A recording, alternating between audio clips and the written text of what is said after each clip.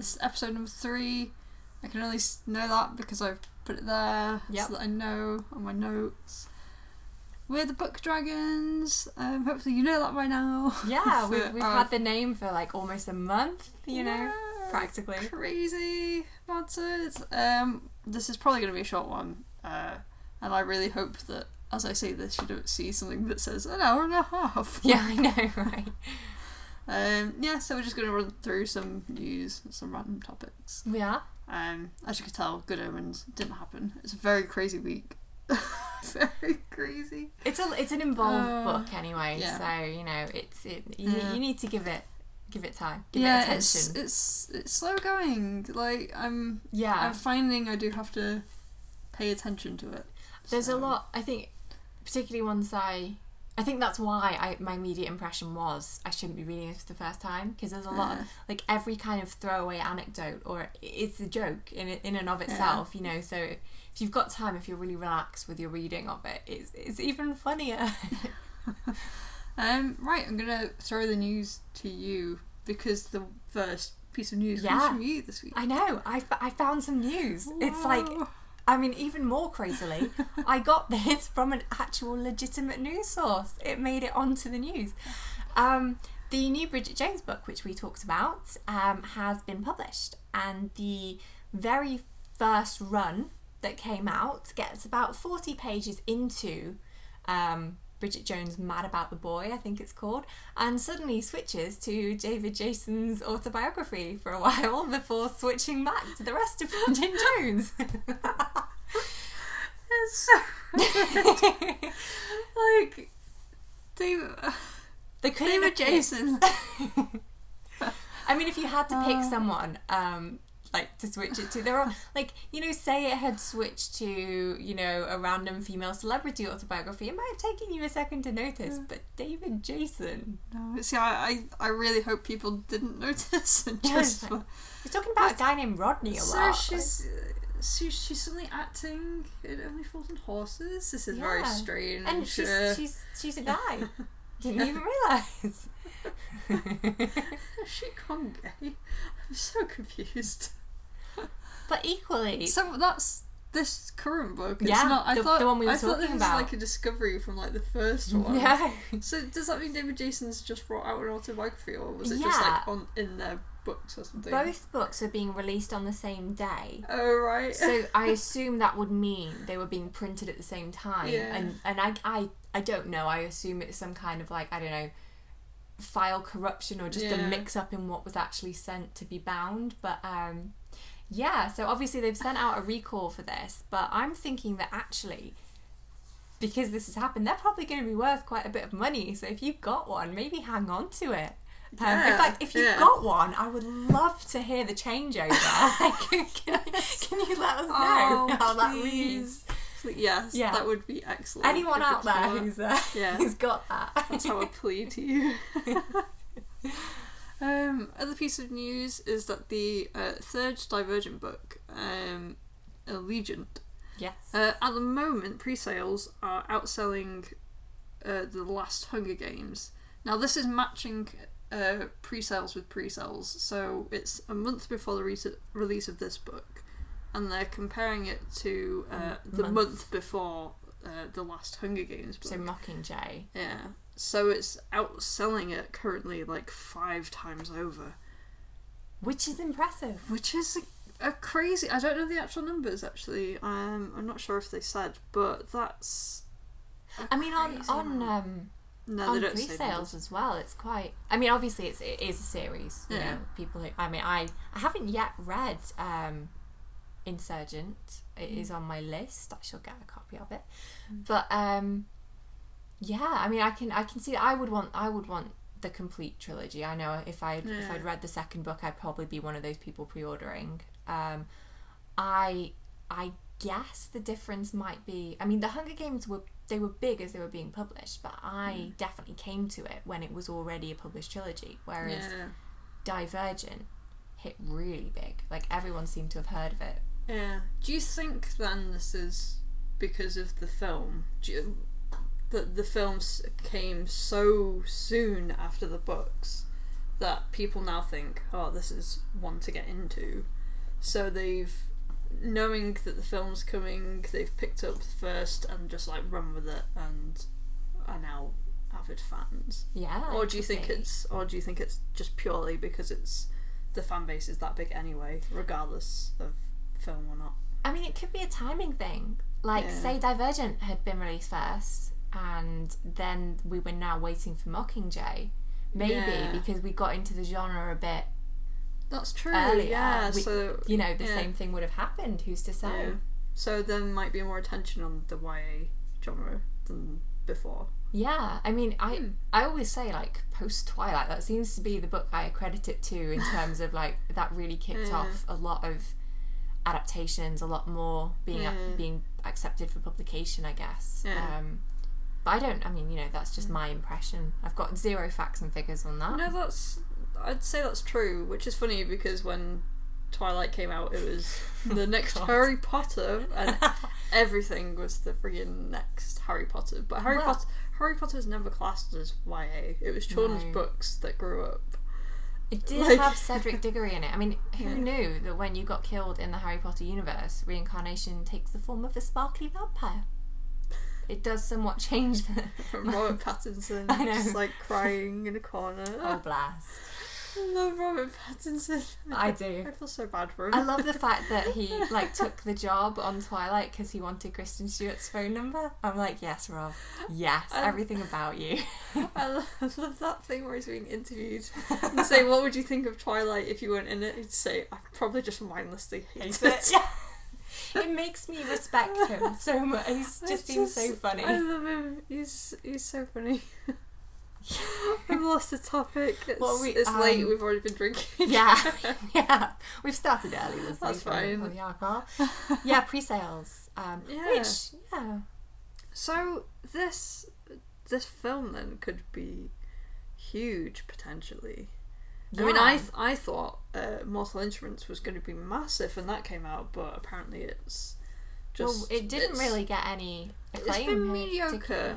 Like, people have said flop, but I don't think it was a flop. I think it's just about made the money back, I'm not sure, but... Which is a success by definition. Yeah, if you are in profit, you're in profit. Congrats, you've done it. Like, only about 1 out of 10 major films actually do. Yeah. It's... Plus, for free DVD sales at this point. Yeah. I mean, look at Joss Whedon. Yeah. Some people like their DVD sales. Mortal Instruments, I thought, was going to be massive, huge, and it just wasn't. No. And I don't know if that's down to marketing. It usually is, actually. I didn't... If they don't bother to market it. I never saw that much marketing on it here. Yeah. I guess I don't know, it's weird because my opinion of book adaptation films is that you should already know about them, almost, from the book. So, like, I never really pay that much attention. But as compared to, say, The Hobbit, I mean, the amount of marketing that got, and it's already starting again with Desolation of Smaug. It's kind of, they're starting to kind of tease at that a bit now. And I'm already seeing that. And it's sort of like, well, Mortal Instruments got none of that. I don't think I think I may have seen an advert, but I'm pretty sure I saw it on a kids channel. I didn't even see it on regular BBC viewing. So, but this is why films can have a budget and then spend that budget again purely on marketing. Oh yeah. But it will pay off. It can potentially pay off big time. It's crazy old world. Yeah. Pretty much. Yeah. We've not actually spoken about Desolation of Smaug. That's book related. We should. We'll do that, shall we? I don't even know if I've seen I have seen the new trailer. What am I saying? But I can't think what was new in it. It seemed very different from the book. It seems like it's very CG heavy, which has me a bit worried. Although I have to say that I last read The Hobbit when I was like... Oh my god, the last time I read The Hobbit, I was on a sleepover at a friend's house. That's how far back it was. I was at Nellie's house. That's the last time. So I don't really remember it that accurately, I don't think. Obviously, the fact that the first Hobbit movie, I believe it was about 6 chapters or something, wasn't it? It was like a ridiculously small amount of the book.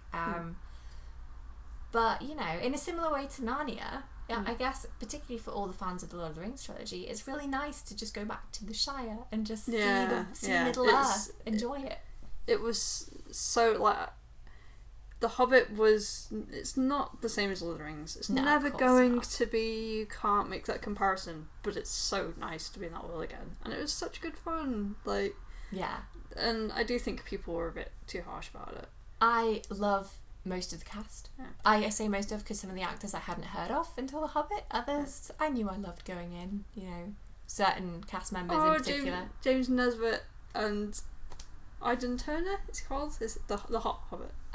He's the not guy. the Hot Hobbit, the Hot Dwarf. No, well, he played the hot angsty vampire in Being Humans. Like the film was basically Thorin, him, and James Nesbitt, and the fat guy. So it's like the leader, the hot one, the Irish one, and the fat one. He was in the Robin Hood as that, wasn't he? As the sheriff of Nottingham. Yeah. So I was like, it's Richard Armitage. I know him. Yeah. And then of course he's one of those actors where you start thinking where you've seen him from, and then you realise more and more. Yeah. And he's actually he's been in more films than you realise. Like you'll have seen him in at least double the number of films you think you've seen him in. Like he was in Sherlock Holmes, the Downey Jr. version as Blackwood. I like that. That's very cool because having now been in films with other Sherlocks we could mention who haven't actually said much yet, but I don't think you're the right guy. I'm doubting myself now. I don't know. We could sneakily IMDb this. No, it's fine. Okay, cool.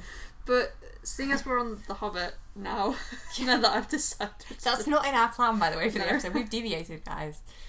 I want to get something straight. Go on, okay? Go for it. I've already done a blog about this, so I don't mean to repeat myself, but this is a good opportunity. The main argument people have with The Hobbit, they go, whoa. Okay, so you made Lord of the Rings into 3 films, that we kind of get. It's a huge book, slow story, whatever. Why is The Hobbit 3 films? Okay, well I don't agree that The Hobbit needed 3 3-hour films.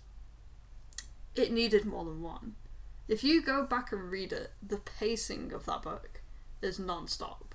Yeah. Even though it's small, there's no breathing room whatsoever. It's bang, bang, bang, bang. And if you try to cram all of that into a film, I think it could be done with someone who's very skilled, but you'd chop a lot away. Am I correct in saying that The Hobbit was actually intended for a younger readership than Lord of the Rings? Yeah, exactly. It was a children's book. Yeah. And often you don't get filler in children's books. You've got to keep their attention. So it's somewhat symptomatic of the type of book. So whereas I like reading, breathing space. Yeah, of course. And of course they've added other stuff, and we'll see how that goes. So there was some other things in the film I wasn't too sure about, like the whole meeting about, and it's this whole build-up of the ring essentially, which I kind of semi-wish they left out, but I don't know, I might change my mind as the other 2 films come out. Well, the other thing I don't know if we've already talked about this, I genuinely can't remember, but the other thing you mentioned to me that makes complete sense with this explanation is to why they could not just fly the eagles all the way.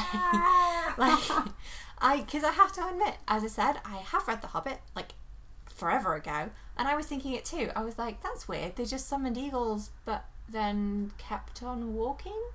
If you read the book in The Hobbit, their reasoning is we cannot go to these places because the people will think we're stealing their animals, which we might do once in a while, and they will try to shoot us out of the sky. So it's too dangerous for them to go carrying people around. They have their areas that they stick to, and that's that. And in The Lord of the Rings, it was politics. They were staying out of it. It's a war that's got nothing to do with them. Why should they put their lives in danger? Which is fine. But that, I mean, to me, that would have, if you could have maybe just thrown a line in there, just a line. That's a little bit. That is just true. Give me that hint, because it comes across as like a really stupid plot hole, but it isn't one. Yeah. Except, I just didn't read the books very recently, so I didn't remember that. I remember because I screen captured it and then put it on Tumblr, and I was like, just in preparation for all the people talking about eagles again. Yeah. Look at it! It's there! It's there. Oh, I got so mad about it. I'm sorry, guys, this is all over the place today. This is like what happens when I have no time and no planning. So it's good. No, you know what? Okay. It's okay. cool. It's organic. It's very fall. We'll get some bongos. We've had some wine. We'll bring our intro music back. We'll change the intro music. Oh my god, what? No, Who knows? Who knows? I don't have time for that. What were we going to say? Okay, dragging us back on topic. Emma, talk to me about your favourite books that only you appear to like. Favourite books no one else has ever really mentioned to you. See, something that came to mind is something that was my favourite from when I was about 16, I think. And it was James Clemens, and it's the Witch books. So it's Witchfire, Witchstorm, and there's like 5 in this big series. Okay. Oh, I loved it. Like, what it was goes on? My favourite book for ages. It was a kind of, not the chosen one type story, but almost. So there's someone who's a witch, so if she cuts her hand and then using her blood she can shoot out magic. So supposedly all this magic's in her blood, so she can shoot like fireballs. But depending on when she's kind of recharged her magic, if it's in the sun she can shoot fire, if it's the moon she can shoot ice. I like that. Yeah. That's very cool. But it's one of those where it's very much like, it's epic fantasy, but it's accessible epic fantasy. So there's a lot of plot, loads of characters, lots of stuff that goes on, but you can read it at a youngish age. I feel like it would be a nice stepping stone from someone coming from maybe like young adult fantasy, or like kids fantasy even. And it's that stepping stone before you get into the really like heavy duty kind of the Malazan books, which are in like so hard to get your head around, or Lord of the Rings, which is just like that again, that step harder. Yeah. So you get the complexity of the story, but it's a bit more accessible. Yeah, and there's 5 books in this series, loads of stuff goes on. It's so hard to explain, but I absolutely loved it. I started rereading it last year, and I only read a book into it, and it's definitely one of those where I thought, yeah, I've definitely read trickier books since then, like my reading abilities, I suppose. So I've been reading more complex books over the years, so looking back it seems really simplistic and weird, but yeah, I think it still holds up. Like, yeah. The books improve as you get into it, although the only criticism I remember at the time is that this writer tends to repeat himself in ideas and themes. So you have a girl who slowly falls in love with a guy who is years older than her, like he's been immortal for a while and she's like 16. But it makes sense in always 16. Yeah. Can we just what? It makes sense in the context of the book, because something happens where she like ages a few years. Okay. And she's also like led armies into battle, so she's matured into that body as well. So it makes sense.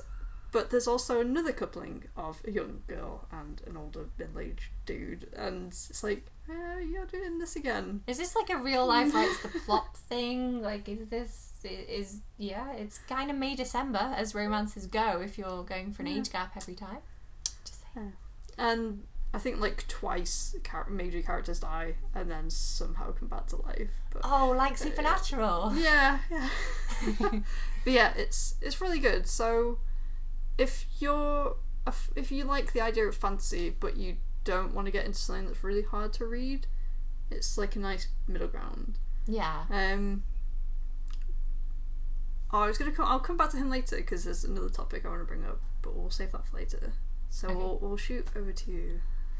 I have got really like 2 names really that come to mind. I already mentioned to you the first one I thought of was Tamora Pierce, because I I've read almost all of her books, but she started publishing her. She basically writes across two worlds. There's the Tortara universe, and then I think it's called like Emmeline, or I don't really know how you pronounce it. Is the other one she writes, and she started writing the.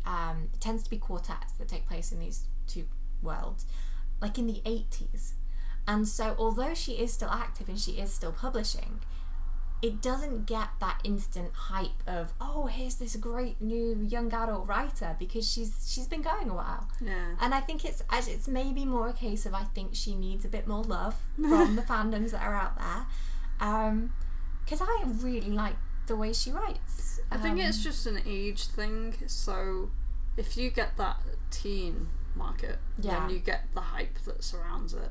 Yeah. So there's like that kind of sweet 12 to 18 sort of age. If you get that crowd excited about something, then you'll hear about it all the time. So I think there is a fan base. I'm sure there is a fan base. But they've just grown up and are busy, like... Working.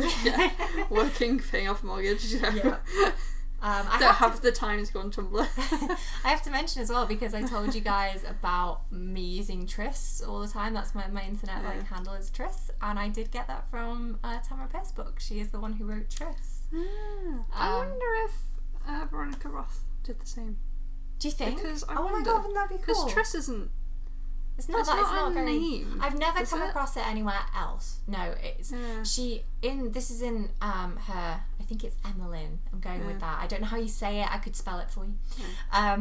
And it's that universe. So this is the one where she writes about ambient mages. So one of them, she can basically spell fabric, and that's Sandry. Then we've got Briar, who works with plants. He names himself. That was not just a happy coincidence of being called Briar. He thought Rose was a bit too girly. Then we've got Daja, who deals with metalwork, and then there's Triss, who can control, eventually, the weather. And she's the one, she's a bit of a cross-patch redhead, she wears glasses, and I just loved her to bits. She's amazing, you know. And so yeah, that's where I got it from, but it would be kind of great if that's where Beatrice Triss had also been inspired. Yeah, I kind of wonder now. Yeah. Yeah, because she must be the right age. She must have. You know, she is. She is our age, basically. I think probably a little bit younger, but now I feel old. Okay, I'm going to ask this question again then, but I'm going to switch it around a little bit. Go for it. So, what's your favourite genre or trope? Yeah. Not necessarily genre or trope that you really love that no one else does, that is really stupid and dorky, perhaps, or a bit weird, that is purely you. Just so not even a book anymore. You know, you pick something up and you go, this is for me. I know all my friends would hate this or think it's stupid, but it's mine and I love it. I think the one that immediately springs to mind is I can't get enough of fairy tale adaptations. Like, I don't care really who's writing it. I don't really mind which fairy tale it is. And you already know the story. So it's not as though I'm reading it to find out what's happening here. But if you want to, like, I've got 2 versions of Beauty and the Beast by the same author, because she did it again. She wrote, I think it was Rose, this is Robin McKinley I'm on about, by the way. I think she wrote Rose Daughter. Then about like 20 years later, she wrote Beauty again. And I have them both, and they're both great.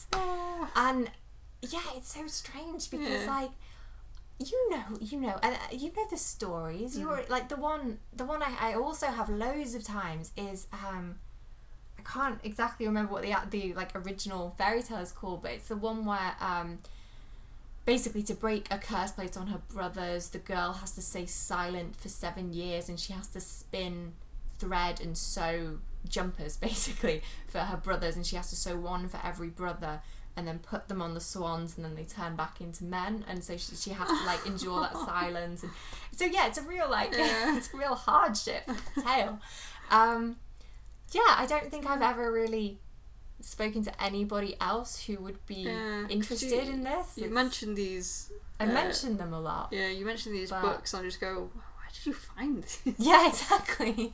But I mean, at the moment, I've just started one called Sweetly, which is Hansel and Gretel by, I think it's Jackson Pierce, who, as far as I know, is not related to Tamara Pierce. I've also read his, he does Sisters Red, which is a Little Red Riding Hood, and I've now got, Sweetly, which I'm about 3 chapters in. So yeah, I love it. I can't get enough. Tell me a story I already know and I am there. But the downside is that you can't be objective about it. So if it's bad, you kind of assume it's going to be bad for other people. But so when it's good, you almost undersell it. So like, I remember when Once Upon a Time came out, and you're like, yeah, I'm watching the show. It's you probably think it's stupid, and then I had to like watch it. You had to review it. I had to watch it for an article, and then just I got an email saying which episodes are good, and I was like, ooh, the Beauty and the Beast one is excellent. And then I started watching it and went, you didn't tell me it was good. I'm really enjoying this. Yeah, it's great. Highly recommended it. It's really good. Yeah. And it started up again. I'm so excited. I had a Hook stream the other night. I was oh my. Oh really? I'm sure we were going on adventures or something. Wow. He's fine. How is a man that attractive? How does he not come across as like kind of gay? Because like that man is wearing eyeliner. He's pirate though. You can get away with anything when you're a pirate. He is pirate. And he's got one hand, and this doesn't even concern me. I'm like, okay, fine. And but it makes it cuter because then he opens a rum with one hand. It's the phantom thing. It's the you have a deformity, but it's adorable. Oh, do not call the phantom adorable. And with him, it's the mask. The mask was hot. I'm just saying.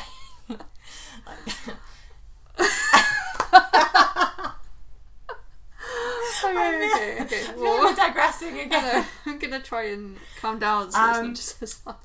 Yeah, I'm trying to think of what else I tend to read that is probably a bit embarrassing to admit. And this is a girl talking with like a bookshelf filled with vampire books. So really, it's Shades of Grey, is it not? Wait, no, I don't mean that one. Not that one. Forget what you're thinking. Yeah, get it out of your head. Come on, you. Yeah, what about you? What do you read that I wouldn't expect you to read, kind of thing? Well, it's not so much. I've not found books on this, so if anyone has a recommendation once I say this, go for it. Hit me with your recommendations. My thing is ghosts, not paranormal like spoopy ghosts. What kind of ghosts? Like, basically, I've been rewatching Randall and Hotcook Deceased, which is awesome. Everyone loves Randall and Hotcook. It's about a pair of private detectives. One gets killed in the first episode and then comes back as a ghost. Hotcook, in case you were wondering. And then that's it. And then I just love the whole. No, you're not real. You can't really be there. Oh, but I am. But I'm dead. It's like the most stupid thing, but I love that moment. That specific moment. I live for that moment. So when I found Hearts and Souls, I was just like, because I went on a spree of trying to find Robert Downey Jr. films on Netflix, and then read the blurb for this, and just went, yes, because Hearts and Souls is about these 4 people that die at the same time, and then their souls kind of get attached to baby Robert Downey Jr. I forget the character name, and they're stuck to him as he grows up. But we watched this. Yes, I was going to say this is ringing a bell. But as his parents are worried about him because he talks about these people that no one can see, and so the ghosts make themselves disappear. And so he grows up, and they're still with him. They're still attached, which is creepy in all manner of ways. But it kind of comes across as cute and protective in the film. Really, it's adorable. Don't overthink it. But then eventually they have that moment of they need his help, and they have to show themselves to him again. And so you get the moment of him being scared and like. Oh, I love it. It's so stupid, but I love it. Is it like more in a comedy way? Not like Ghost when Whoopi Goldberg's like yelling up like he says ditto. It's not. Well, in Ghost, Whoopi Goldberg can see Patrick Swayze. I've not seen that in years, but that film scared me like when I was little. Well, yeah, I mean, it's pretty, it's hard going for a while. Yeah. But that's in a more of a romantic way, so it's more the comedy that appeals. Yeah, I think so. I don't know. It's like the friendship thing, but like you're scared, but it's your friend. It's so if you know a book where this happens, tell me about it. Yeah. Otherwise, we would book club that if that happens. Otherwise, I'm gonna write one day. Yes. Yes. But this is why I watched Danny Phantom, even though that cartoon came out when I was like too old to be watching cartoons, but I watched the hell out of that show because it's fucking awesome. I'm sorry, Avatar officially made it okay for us to watch cartoons again. Like, it's fine. We're fine to watch cartoons now. Like, it's now it's retro. It's the awkward phase of you have parents watching you going, why are you watching cartoons? I hate that. And then you get to university and then you can watch whatever you want, and it's really awesome. Pretty much, yeah. There came a point when it was okay for me to seriously link cartoons again. I'm not really sure when that was, but you seriously link cartoons? That's amazing. I did. For Avatar. I used to have. I had an Avatar series link. I had. That's right. Avatar's like, I don't even think of it like a cartoon anymore because it's just. I remember being genuinely surprised it's not an anime. It's just one of the best shows ever for like. You think of feminism, it does it all. You think like of that. Multicultural. What's the test called?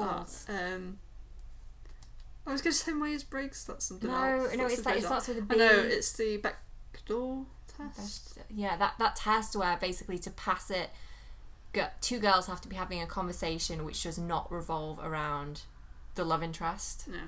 And it's like it doesn't even it just blows a lot of other things out of the water because you'd be surprised how many things fail that test. Particularly films. Yeah. You know what film I watched? This is completely off topic. What did you watch? I watched The Heat, the one with Sandra Bullock and Melissa McCarthy. Oh, that looks so funny. Was that good? It was really funny. Really fucking funny. I thought that would be good. Because Melissa McCarthy just swears constantly and it is glorious. Like, but she will always be Suki for me. Always. I love her to bits, but I'm like, but Suki. Because like in Gilmore Girls, in Gilmore Girls, she's so sweet and nice and funny, and then now she's just like been turned into this like horrible like foul mouth thing. But she is so entertaining. She's so funny, and like Sandra Bullock's one of those people who I don't think of her as a comedian. But she has her moments where she can be funny, so it was definitely a good combination of the two. And there's like a scene where they're dancing to get close to someone, and they just keep picking women up and chucking them out of the way, and like it's brilliant. Worth a watch. Yeah. I think Sandra Bullock, she's I find her really. I'm always surprised by how funny she is in a film. Yeah. Like I know she's been in a lot of comedies. I don't know why this surprised me, but every time I'm like, she's great. Yeah. Like Miss Congeniality. I can't even tell you how many times I've seen that. It's so good. So good. Again, Michael Caine. They ask Michael Caine, like, what more do you want? I love that film. We're talking about films. I know. It's fine. This is good though because I didn't have a plan, and it's nice to know that we can just chat. Okay, our next topic was series that kind of outstay their welcome. I think basically because we've talked a lot about trilogies, even within the same podcast. You know, we've been on about sort of the Divergent. We've talked about the Hunger Games, which are very nice, neat trilogies that have an ending. Yeah. You on the other side of that coin, you get series that just seem to keep going, probably past the point where they really should. Some cases kind of egregiously. Yes, I'm looking at you, Laurel K. Hamilton, because we all gave up on the Anita Blake series. That just got ridiculous. I don't even know. I think it's probably on book like 15, 16. Hell, it's probably up in the 20s by now. Yeah, that was a lot. I mean, they're not really in bookshops anymore, but there was a point where you'd go into a bookshop and it would just like take up a shelf or two. I mean, there are others, but that's the one that I stopped reading. Like I gave up. I think I'm pretty sure I read like 10 books. For us, 2 or 3, brilliant, really great, loads of plot in there even. it started to wane, but I kind of had this hope because I was like, oh well, you know, maybe it'll pick up again. Maybe the plot will be back. Maybe we'll get that dry towards a conclusion. Nope, just nothing really. Just weird. Like, who is she sleeping with today? Who is she sleeping with tomorrow? Does she even go to the office anymore? Kind of. Yeah, I walked away. Yeah. But I mean, there are other series that seem quite long. Like the other one that comes to mind, because I thought it was long for a children's series, is the series of unfortunate events, Lemony Snicket's series. I think clocked in eventually at something like 13 books, which is quite long for a kids series. I'm not necessarily saying that's a bad thing, because I know it's a very well loved series, and I did read I think the first 5 or 6 and really enjoyed them. Yeah, a little bit samey, but again, not a bad thing.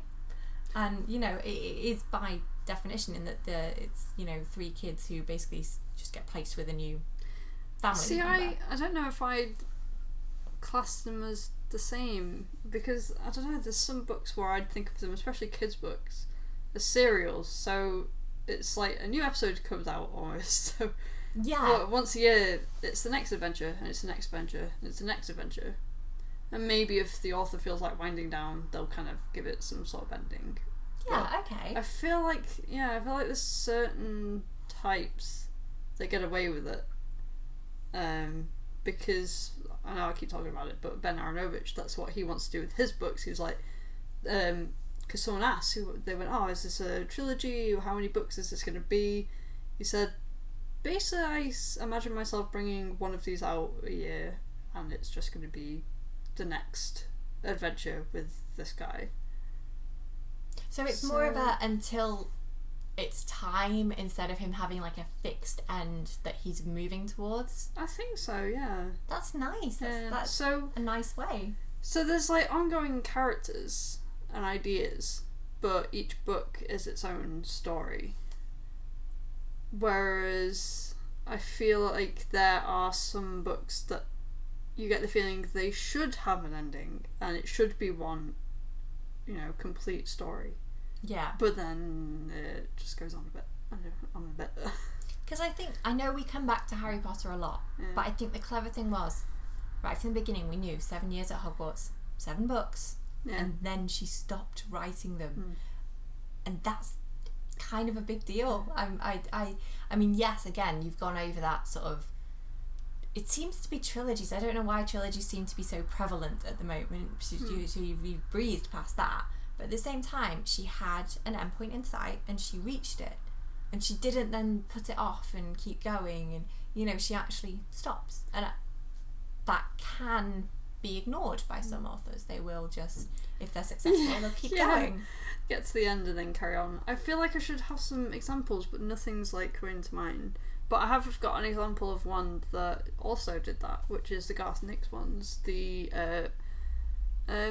follow the days of the week, so it starts with Mr. Monday, Tuesday, Miss Lady Wednesday. So there's a book for each day of the week, and that's the story. I never finished reading it because I think they started coming out when I was just the perfect age to read them, and then I've tried to go back and try to reread, but it's lost my interest. Yeah. So if all 7 were out when I was the age when I started reading them, I think I would have just rushed through all of them and finished, but sadly I haven't. So I feel like it's a series that's kind of got an age range on it, possibly. Definitely. But that's me personally, though. I've decided that I'm not a young adult person. So if you're fine reading young adult and kind of older children's books, then you'd probably really enjoy them. And Garth Nix is a really good author. Yeah. Well, I read his Sabriel, Lyriel and Apples, and loved those to bits. They were great. The other thing you've put here is series that don't end at all. What did you mean? Or is that the one where it's more episodic? Yeah. Because I don't know all what it was. I can think of is kind of like, I guess, more like... that was it. Oh, this is what I was going to come back to. So James Clemens, who wrote my favourite book series, started another series.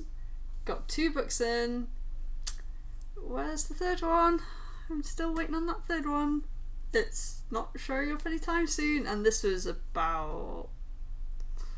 It's a good few years ago, 6-7 years ago. Has he said anything about it? Is he planning?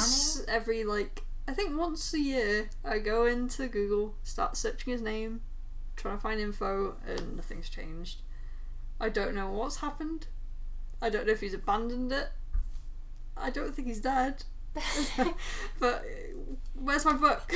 I need my third one. It was a really good series as well, because it was such a good progression from that first series. It was an older hero. It still has a 16-year-old girl in it, actually, I think.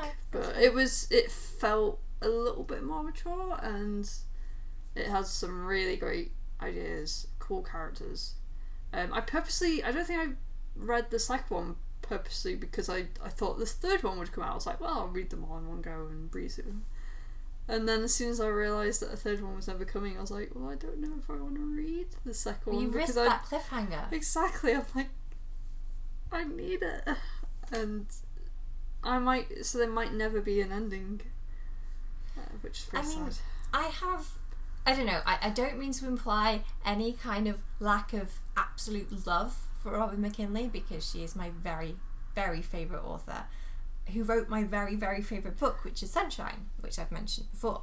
And she has said a couple of times that she does know a little bit about what happens to the characters after the end of the book.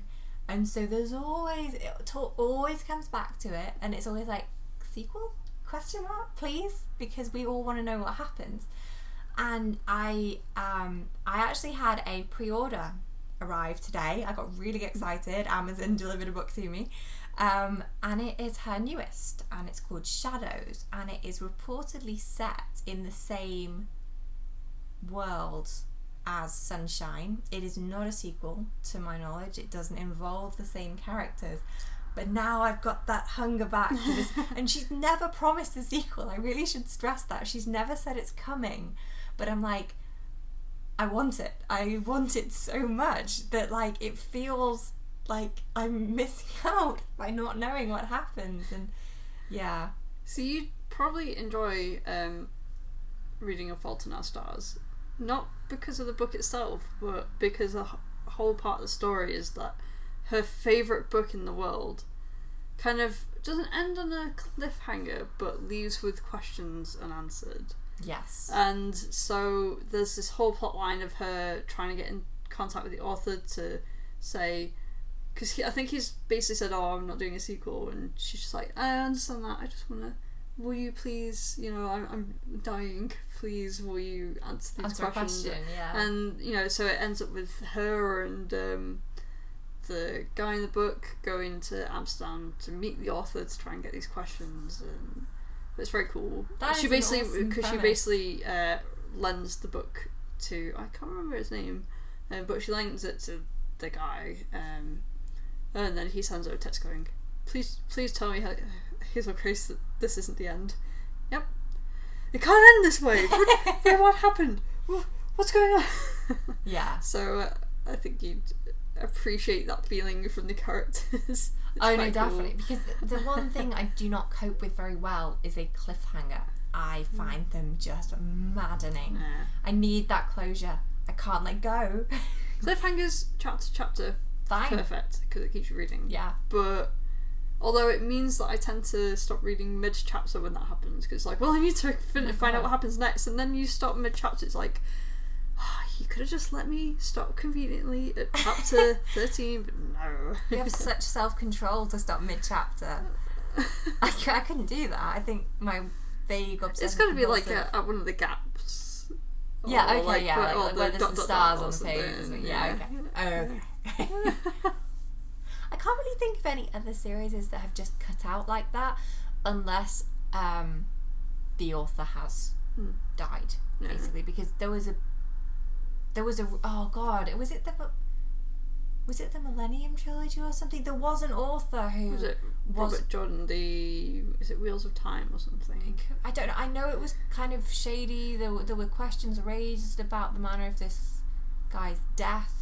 given the subject he was writing on.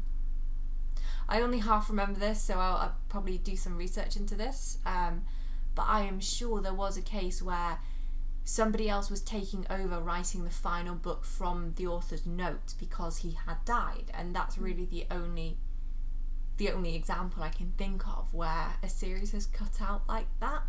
But at the same time, if an author, as you were saying before, takes a step back and says, do you know what, no, I can't finish the series, is that better or worse than publishing something bad for the sake of keeping it going? Question mark. I don't know. Do not know, because like if it's a bad ending, there's that stain on the series forever then. But at the same time, it doesn't take away how good the previous ones were. If you True. But I don't know, and then it's really horrible if you end on a cliffhanger and then just leave it there forever. Yeah, it's a no-win situation. But at least if it's cliffhanger, you can imagine what would happen at the end. True. I don't know. You can. There is fanfiction these days, so at least there's that option where you could, if something like that happened, there would be 1,000 people with last chapters for you to read. It's like the way I never quite got over the end of the Amber Spyglass. I'm still not really over that. If I read his Dark Materials trilogy again, I'm still not okay with how it ends. Yeah, it's not a cliffhanger. It does end. It has an ending. And I understand why the ending is the way that it is, but it makes me sad. Yeah. It really did. The thought of like Will and Lyra going to sit on the same bench in two different worlds just because that's as close to each other as they can get is just heartbreaking. Do you think one would stop one year randomly? I really hope not. I'm just trying to make you really sad. I know. It's like the way she's trying to learn how to read the apparently alethiometer. There's another word I knew how to pronounce only after the film came out. I thought it was an alethiometer. Apparently not. I like that she's trying to read that because maybe that does hint that someday they might find a way back to each other, but you know, I read Lyra's Oxford avidly hoping that this might be the case, and yet still no. So yeah, I guess sometimes an ending doesn't solve the problem either. Yeah, I think it's just like I was saying with the series, sometimes it's a case-by-case basis. Sometimes leaving questions is perfectly fine and it's great. You know, that's why I really admire like Miyazaki's films, because they're films that leave you with questions and they don't quite explain everything. They just kind of go, this happens in this world because it's this world and that's what happens. We're not going to waste time explaining it because it's not essential to the story. Just accept that you're in this world and this is what happens. And I really like that. It's grown up. It is to treat your viewers or readers or whatever in that way and say, well, you don't need it all tied up with like a pretty pink bow at the end. You know, you can, we can stop when the story stops. And it is nice, and it's not unexpected for like a Miyazaki film. You know that he will write in that way. So I don't know. I think it's a good thing for him to do. Yeah, I guess. That was a motorbike. Yeah. God, some people just have no respect. I've got a couple of things, but I think I'll skip to the end because we can do those another time. Yeah. We've actually talked for quite a while. Have I think I might be laughing at my past me's words of an hour. Massively. We were like, this will be a quick one. Lol. Never mind. So I'm gonna talk about Halloweeny scary stories. Okay. So basically I got talking to friends last week and he demanded that I get this book. And I don't know whether it should be a book club book or not. I've bought it, but it's on Kindle. What is I've not checked it out. It's basically called Haunted by some dude. Nice. Some dude. I checked the name, but here we go. By Chuck Palahniuk. I'm not sure how to pronounce that last one. And the way he described the story is that basically it's a writer's retreat, I think. This famous building that actually exists in real life where loads of famous things have been written, apparently. But the story is that all these people go to this writer's retreat. They take on different names so they're not there as themselves. And they're locked in this huge mansion for about 3 months. And they're told, what you do with the 3 months is up to you. But obviously, you should probably use it for writing. Yeah.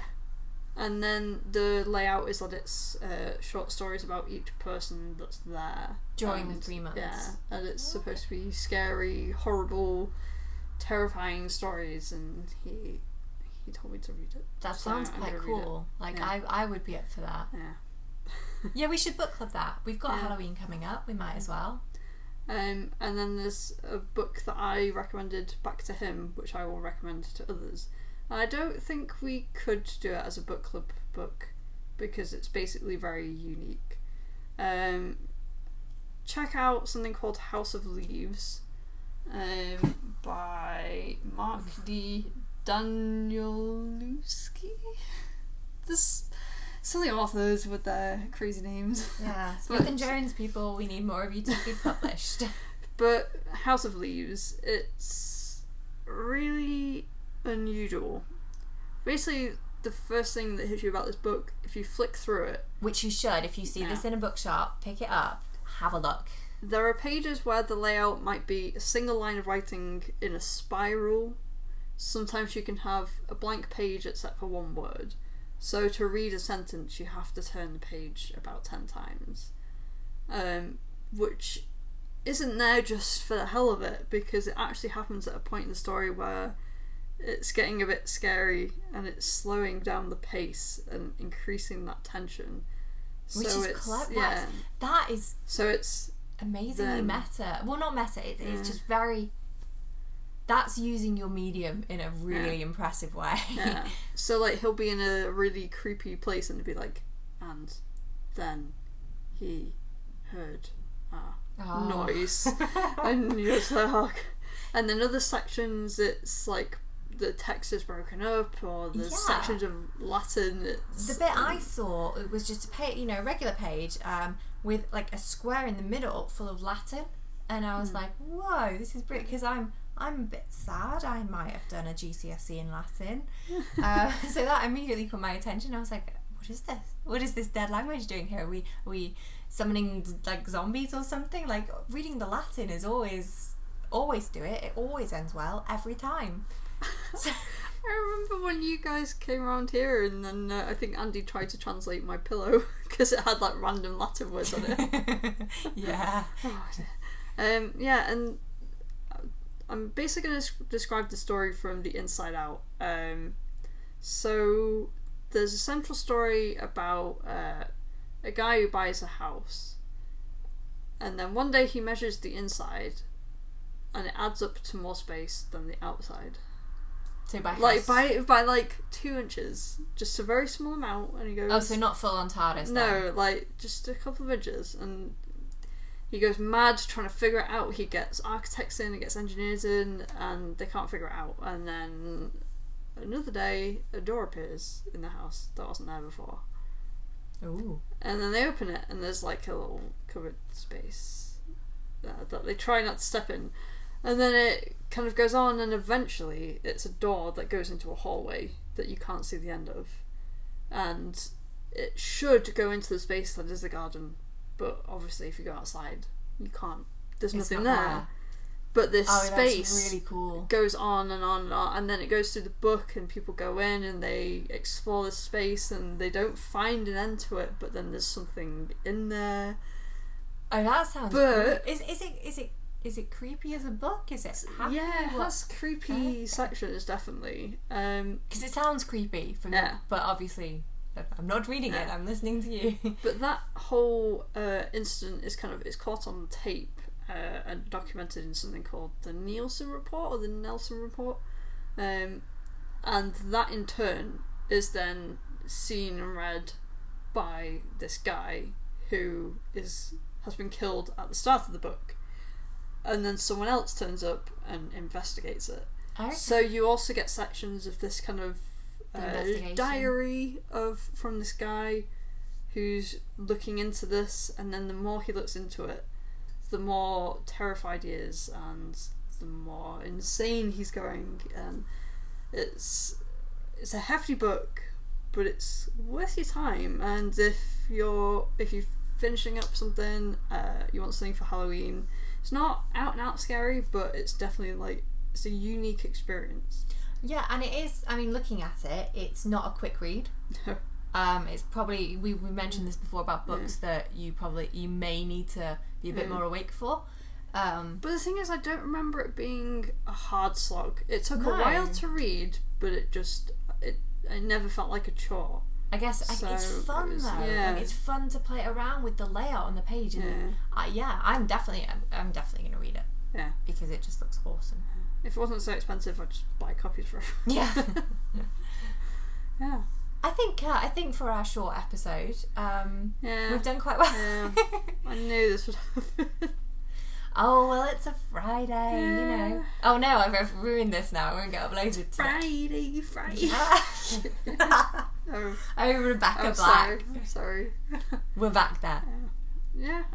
Any scary books you want to recommend before we wrap up? I'm trying to think what I've read that's like actually